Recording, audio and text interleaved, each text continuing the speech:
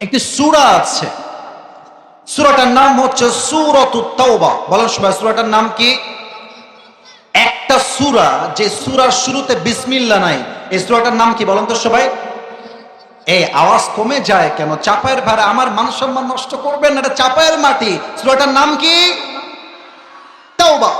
আমি সূরাতুত তাওবার 100 নম্বর আয়াত তেলাওয়াত করেছি। আমি আমার আলোচনার গভীরে যাওয়ার চেষ্টা করছি, কেউ আমার মনোযোগকে ডান বাম করবেন না। আল্লাহ তাআলা বলছেন, والسابقون الأولون من المهاجرين والأنصار। মুহাজির এবং আনসারদের মধ্যে প্রথম ঈমান আনয়নকারী যারা প্রথম ঈমান এনেছে। মুহাজির কারা? যারা মক্কার থেকে হিজরত করেছে। আনসার কারা? যারা এদেরকে সাহায্য করেছে। সুবহানাল্লাহ পড়বেন না আপনারা সবাই? আল্লাহ বলছেন, ওয়াল্লাযীনা তাবাউহুম বিইহসান, এবং তাদেরকে যারা অনুসরণ করেছে। রাদিয়াল্লাহু আনহুম ওয়া রাদু আনহু, Allah subhanahu wa ta'ala is well pleased with them and they are well pleased with Allah subhanahu wa ta'ala. আল্লাহ বলছেন, আমিও তাদের উপরে খুশি, তারাও আমার উপরে খুশি, এবং তাদের জন্য আমি আল্লাহ এমন এক জান্নাত প্রস্তুত করে রেখেছি যেই জান্নাতের তল দিয়ে হবে স্রোতধারা, ঝর্ণাধারা। সুবহানাল্লাহ পড়বেন না আপনারা? যালিকাল ফাওজুল আযীম, and that is the supreme success. আমরা যদি জান্নাত পেয়ে যাই, চাওয়ার মতো কি আর কিছু আছে যুবক ভাইরা বলো? আমরা যদি জান্নাতই না পাই, পাওয়ার মতো আর কি আছে কিছু যুবক ভাইরা বলে? জান্নাত হচ্ছে আমাদের লাইফের আলটিমেট সাকসেস। এই হচ্ছে আমার তেলাওয়াতকৃত আয়াত এবং তার তরজমা। এবার আমরা হাদিসে যেতে চাই। আল্লাহর রাসূল বলেছেন, খায়রুন নাসি করনি ثم الذين يلونهم ثم الذين يلونهم. The best of people, those who are my generation. আমার যুগটাই হচ্ছে মানুষের মাঝে শ্রেষ্ঠ যুগ। এরপরে তারা যারা তাদেরকে অনুসরণ করেছে, অর্থাৎ তাবিঈন। এরপরে তারা যারা তাদেরকে অনুসরণ করেছে, তাবিঈ তাবিঈন। সর্বশেষ একটা হাদিসের আরবি বলতে চাই, তরজমা বলে আমি আমার ঘটনার দিকে ফিরে যেতে চাই। কথা কি বোঝা যায় নাকি যায় না? আপনার না বললে আমি বুঝি কেমন করে? বোঝা যায় নাকি যায় না? হাদিস, আল্লাহর রাসূল বলেছেন, আসহাবি কান্নুজুম, আমার সাহাবীরা হচ্ছে নক্ষত্রের মতো, তারার মতো। আমার সাহাবীদের মাঝে যাকেই তোমরা অনুসরণ করবে, তোমরা হেদায়েত প্রাপ্ত হয়ে যাবে। সুবহানাল্লাহ পড়েন সবাই। আমি আজকের আলোচনাকে 3টা ভাগে ভাগ করতে চাই। চাপায়ের ভাইদেরকে অ্যাক্টিভ দেখতে পাচ্ছি। আরে এরা আমার সামনে বসে আছে, বিড়ালের বাচ্চা নয়, সব বাঘের বাচ্চাগুলো আমার সামনে বসে আছে। দেখা যাক এরা আমাকে শেষ পর্যন্ত কতটুকু রেসপন্স করতে পারে। বলেন, আজকের আলোচনার বিষয়কে আমরা 3 সেক্টরে শুনতে চাই, 3টা ভাগে শুনতে চাই। এবার বলেন কয়টা? একটু আস্তে হলো যে, বলেন সবাই কয়টা? আমাদের আলোচনার মূল বিষয়বস্তু হচ্ছে সাহাবাদের জীবন ও আদর্শ। এটাকে আমরা 3টা ভাগ করতে চাই। 1 নাম্বার, সাহাবীরা নবীজিকে কেমন করে ভালোবাসতেন, 1 নাম্বার। 2 নাম্বার, সাহাবীদের ব্রেভনেস তথা পাওয়ার, স্ট্রংনেস, সাহসিকতা কত বেশি ছিল আমরা সেকেন্ডলি জানবো। And final one, third one, শেষে আমরা জানবো সাহাবীদের ঈমান কতটা তরতাজা ছিল। এই চাপায়ের ভাইরা আমার দিকে তাকান তো সবাই। এইটা আমার মুখে কি কথা না বললে ওয়াজটি করা যায়? এটার নাম কি? আচ্ছা, আমি যদি কোরআন হাদিসের বাহিরে যাই, আপনি আমাকে কাউন্টার দিবেন, not a big deal. But আমি যদি হক কথা বলি, আপনার সঙ্গে যাক কিংবা না যাক, আপনাকে একমত হতেই হবে, ঠিক কিনা বলেন? এবার আরেকবার প্রশ্ন করছি, এটা আমার মুখে কি? এবার উত্তর দেন তো। দাড়িতে আমাকে, এই যে সোনামণি, নতুন নতুন নতুন, বসো, ধরো ধরো ধরো, এই তোর বিয়ে হবে না, বসো। এই যে লাল বাবু, বসো। এই যে আমার এই দাড়ি রেখে আমাকে অসুন্দর লাগছে না সুন্দর লাগছে? না, আওয়াজ পায় না। আরেকবার দেখেন, অসুন্দর না সুন্দর? আনস্মার্ট না স্মার্ট? অনেক মেয়ে আছে দাড়ি দেখলে বলে খ্যাত। তাদের জন্য বলবো, যাদের নবীর সুন্নতে দাড়ি রাখার পরে, নবীর ভালোবাসায় দাড়ি রাখার পরে যদি কোনো মেয়ে বলে আপনাকে দাড়ির জন্য খ্যাত লাগছে, তাকে সোজা ভাষায় বলে দিবা, আপনার মতো রুচির মেয়ের জন্য আমার মতো বীর পুরুষ পারফেক্ট নয়। আপনার জন্য বিটিএস এর হিজড়া ছাড়া সেকেন্ড কোন অপশন আমার কাছে না। আরে দাড়ি রেখেছি নবীর ভালোবাসায়, যে আমাকে দাড়ির জন্য বিয়ে করতে চায়, ওয়েলকাম ইন মাই লাইফ। আর যে আমাকে দাড়ির জন্য বিয়ে করতে চায় না, ও তোমার বউ হওয়ারই যোগ্যতা রাখে না। আচ্ছা, এবার একটা হাদিস শেয়ার করতে চাই। আল্লাহর রসুলের ভালোবাসা কাকে বলে? মুতার যুদ্ধে আল্লাহ রসুল 3000 সাহাবীকে যুদ্ধের জন্য রিক্রুট করছেন, প্রস্তুত করছেন। 3000 সৈন্য, আর কাফেরদের সৈন্য হচ্ছে 1 লাখ।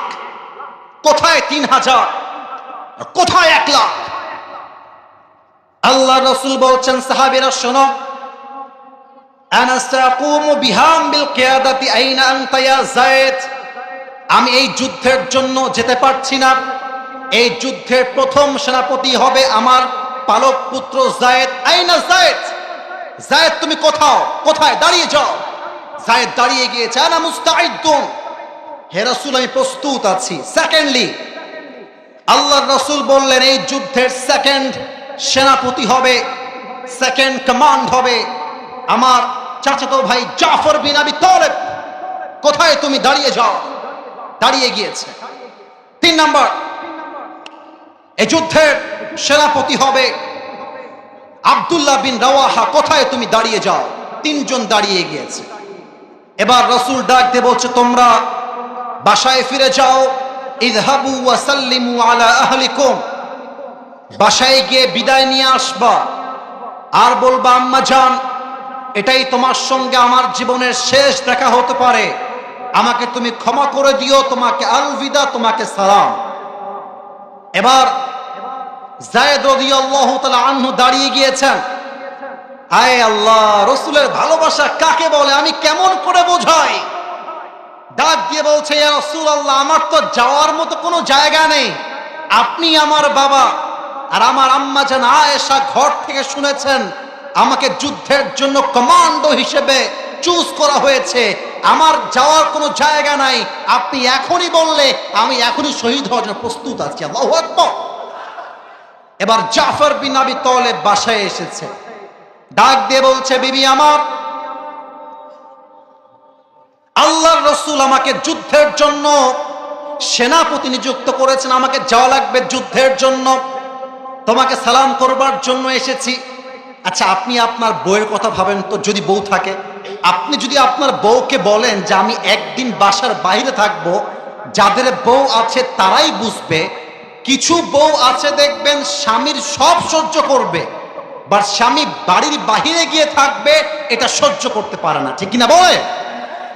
তো জাফর বিন আবি তালেবের বউ ডাক দিয়ে বলছে, হে আমার স্বামী, যদিও বা আমার মন চায় না আমি তোমাকে ছাড়ি, তবে যেহেতু আমার রসুল তোমাকে আদেশ দিয়েছেন, আমি তো সব অমান্য করতে পারবো, বাট রসুল যা বলেছেন তা তো আমি অমান্য করতে পারবো না। সুবহানাল্লাহ পড়বেন না আপনারা সবাই? এবার আসেন হাদিসের মেইন পয়েন্টে, একদম সাবজেক্ট ওয়াইজ বুঝাচ্ছি। কিন্তু এবার বউ হাত তুলেছে স্বামীর সামনে। আমি ওয়াজগুলো আমার দিল থেকে করতে চাই। আমি যুবকদেরকে বোঝাতে চাই, মেসি তোমার আদর্শ নয়, রোনালদো তোমার আদর্শ নয়, শাহরুখ খান তোমার আদর্শ নয়, কোন ক্রিকেটার, ফুটবলার কেউ তোমার আদর্শ নয়। তোমার আদর্শ সাহাবায়ে কেরাম রাদিয়াল্লাহু তাআলা আনহুম। ঠিক কিনা বলো? বউ দোয়া করছে, আল্লাহ, আমার প্রাণের স্বামী যুদ্ধের জন্য বের হবে, তুমি আমার স্বামীকে যুদ্ধের ময়দান থেকে গাজী বানায় আমার কাছে ফিরায় দিও। এবার আমার ডান হাত দেখবেন ভাইয়েরা, ডান হাতে লম্বা একটা লাঠি ছিল। লাঠিটা দিয়ে জাফর বিন আবি তালেব বউকে হালকা একটু টুকা মেরেছেন, হালকা আঘাত করেছেন। ডাক দিয়ে বলছে, আমার বউ, আমার কলিজার টুকরা বউ, লা তাদঈ আকসা যালিক, উল্টা পাল্টা দোয়া করে কোনো লাভ হবে না। আল্লাহর রাসূল আমাকে সেনাপতির দায়িত্ব দিয়েছেন, এটাই ইঙ্গিত করে এটাই আমার জীবনের শেষ দেখা, এর সঙ্গে তোমার সঙ্গে আমার আজীবনে আর একটা বারের জন্য দেখা হবে না।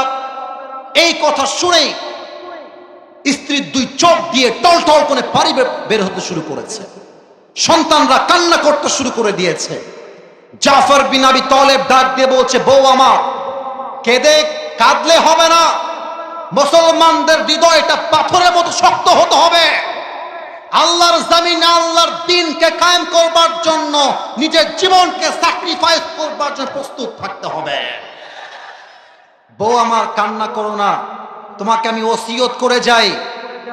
উফ, কি মারাত্মক ওসিয়ত! বলছে, আমি যেই রাস্তায় শহীদ হওয়ার জন্য যাচ্ছি, আমার সন্তানকেও তুমি সেই রাস্তায় শহীদ হওয়ার জন্য প্রস্তুত করে দিও। সুবহানাল্লাহ, আল্লাহু আকবার। জাফর বিন আবি তালেব বাড়ির থেকে বের হয়ে যাচ্ছেন, দুই সন্তান জাফর বিন আবি তালেবের পাটা এমনি জড়িয়ে ধরেছে, আব্বা তুমি যেও না, আব্বা তুমি গেলে আমরা বাঁচবো কেমন করে? রসুলের ভালোবাসা এতটা মজবুত ছিল, জাফর বিন আবি তালেব একটা মুহূর্তের জন্য পেছনে ঘুরে তাকায় নাই। আল্লাহু আকবার। এবার আব্দুল্লাহ বিন রাওয়াহা তার ওয়াইফের কাছে এসেছে, প্রথম বিয়ে, বাসর রাত সেই দিন। সুবহানাল্লাহ পড়বেন না? বাসর রাতে আল্লাহর রাসূল আদেশ দিয়েছেন, নবীজির ভালোবাসা কাকে বলে? আব্দুল্লাহ বিন রাওয়াহা, তোমাকে যুদ্ধের জন্য প্রস্তুত হওয়া লাগবে, তোমার বাসর ঘর হয়তো বা হবে না। বইয়ের কাছে আসছে, আচ্ছা এই স্টেজ কি দেখা যায়? আচ্ছা মনে করেন this stage is like a room, একটা রুম এইটা, and this is the door of this room, এটা হচ্ছে দরজা। হাদিসটাকে আমি প্রেক্ষাপটটাকে বোঝাবার স্বার্থে অভিনয় করে বোঝাচ্ছি। আব্দুল্লাহ বিন রাওয়াহা গেটের এখানে আসছে, আর বউ তার ঘরের ভেতরে বাসর ঘরে বসে বসে কোরআন তেলাওয়াত করতেছে। বিশ্বাস করেন, এই সুবহানাল্লাহ চাপায়ের সুবহানাল্লাহ হতেই পারে না, না এটাও হইতে পারে না। আরেকবার পড়েন সুবহানাল্লাহ সবাই। আব্দুল্লাহ বিন রাওয়াহা ডাক দিয়ে বলছে, প্রাণের বিবি আমার, কোরআন তেলাওয়াত সামান্য সময়ের জন্য বন্ধ করে কয়েকটা কথা বলতে চাই।